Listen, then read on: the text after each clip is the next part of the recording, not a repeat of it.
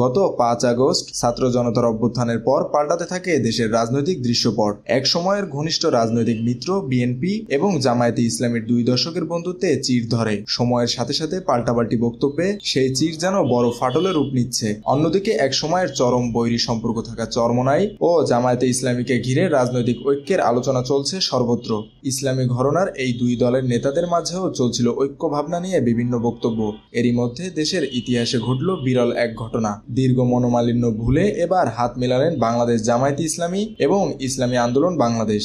জামায়াতে ইসলামী আমির doctor Shafiqur Rahman Barishal মহানগরী কর্মী সম্মেলনে যাওয়ার সময় বরিশালে চরমোনায় যান। সেখানে তাকে অভ্যর্থনা জানান ইসলামী আন্দোলন বাংলাদেশের আমির ও চরমোনায় পীর মুফতি সৈয়দ মোহাম্মদ রেজাউল করিম। সেখানে উভয় দলের নেতাকর্মীদের মধ্যে একটি হৃদ্যতা সম্পর্ক তৈরি হয়। ইসলামী আন্দোলন বাংলাদেশের আমির মুফতি সৈয়দ মোহাম্মদ রেজাউল করিম পীর সাহেব চরমোনায় বলেন, বাংলাদেশ আজ 54 বছরে পদার্পণ করেছে। 53 বছরের স্বাধীনতার মধ্যে যারা দেশ পরিচালনা করেছেন তাদের মাধ্যমে জনগণের যে আশা আকাঙ্ক্ষা ছিল তা পূর্ণ হয়নি। আমাদের কাজ আল্লাহর নির্দেশে দেশের কল্যাণে কাজ করা। আল্লাহ যেন আমাদের তৌফিক দান করেন এবং দেশের উন্নতির জন্য আমরা সবাই একসাথে দোয়া করি।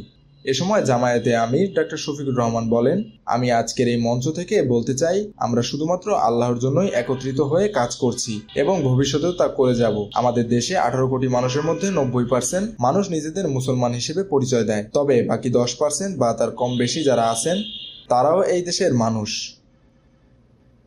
মেহেদী হাসান বাপ্পি, খুলনা গেজেট।